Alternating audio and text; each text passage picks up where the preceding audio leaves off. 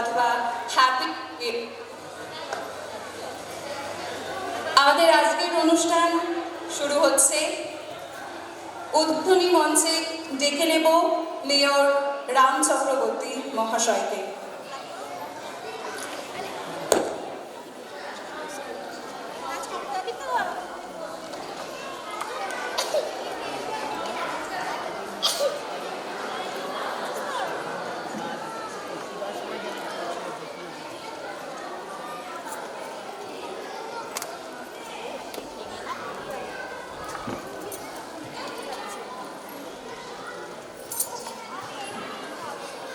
ফলে করতালি দিয়ে আমাদের আজকের অনুষ্ঠান শুরু করবেন।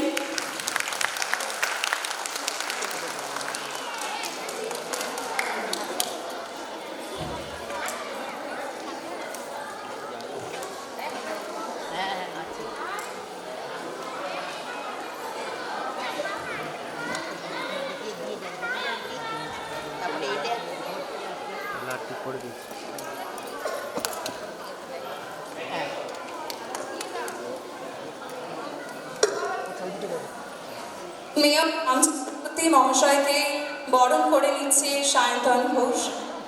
মেয়র রাম চক্রবর্তী মহাশয়কে করে নিচ্ছে সায়ন্তন ঘোষ।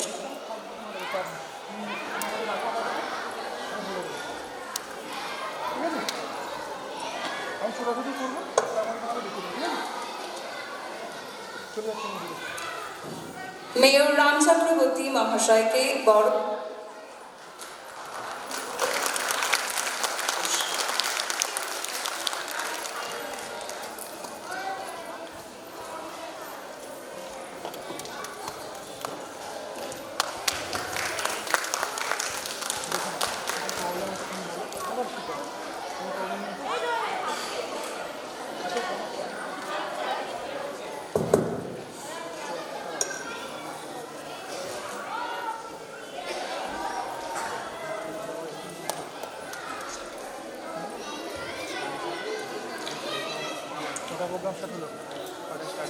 নমস্কার। মাটি ও ছন্দ তাদের উদ্যোগে আজকে তাদের এই বাৎসরিক সাংস্কৃতিক অনুষ্ঠান। এই মাটি ও ছন্দের যিনি কর্মকর্তা আমাদের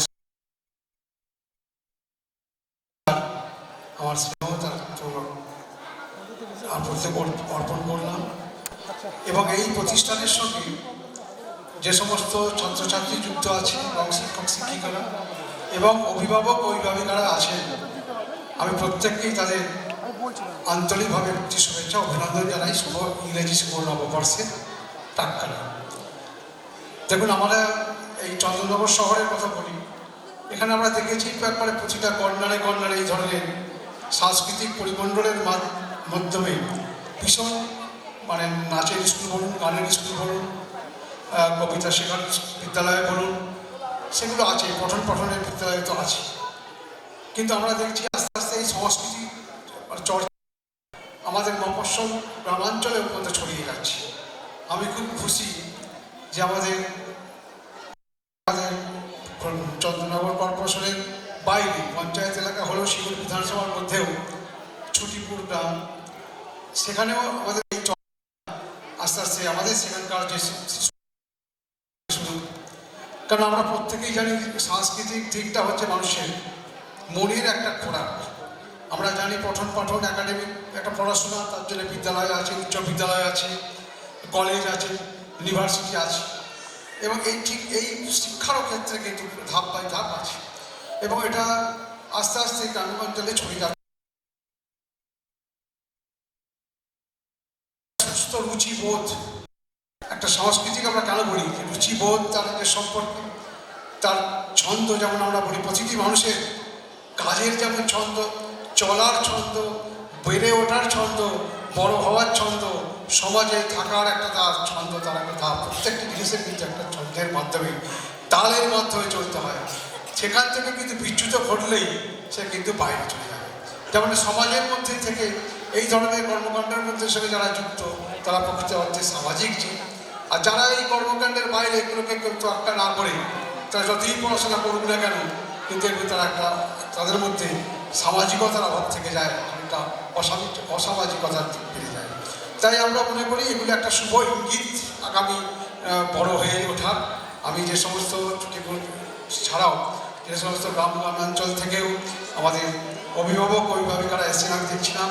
আমার এখানে একজন শেরপুর এলাকার, যেটি যদিও সেটা কর্পোরেশনের মধ্যে অন্তর্ভুক্ত, কিন্তু নেচারটা আমাদের এখনও গ্রামীণই আছে। আমিও একজন গ্রামের ছেলে হিসেবে নিজেকে গর্ব করে মনে করি যে এই জায়গায় এইভাবে আপনারা এই রবীন্দ্র ভবন, চন্দ্রনগর শহরের রবীন্দ্র ভবনে আপনাদের সন্তান সন্ততিকে নিয়ে এই আনন্দ যজ্ঞে বা এই অনুষ্ঠানে ব্রতী হয়েছেন।